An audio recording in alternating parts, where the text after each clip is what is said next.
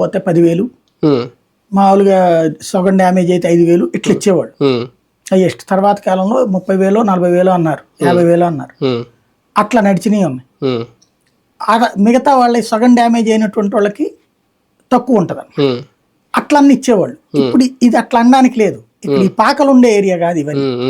ఇవన్నీ పేదలదే కానీ పక్కా నిర్మాణం, అన్ని సిమెంట్ కన్స్ట్రక్షన్, పాకలే ఉండవు ఇప్పుడు. సింగనగర్, ప్రకాష్ నగర్ ఇవన్నీ. కానీ సమస్య ఏంటంటే అందరూ పేదలు. ఇక్కడ ఈటెట్లలో దాదాపు 70% మంది పేదలే ఉంటారు.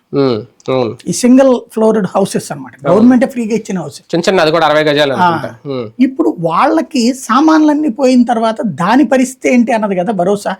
నేనేమంటాను, అందుకని చాలా మంది దాతలు బియ్యం పట్టుకొస్తున్నాం, పప్పులు పట్టుకొస్తున్నాము, వారం రోజులకి సరిపడా ఆహారం, 2 వారాలకు సరిపడా ఆహారం అంటే మీరు అయ్యవ్వకండి అయ్యా.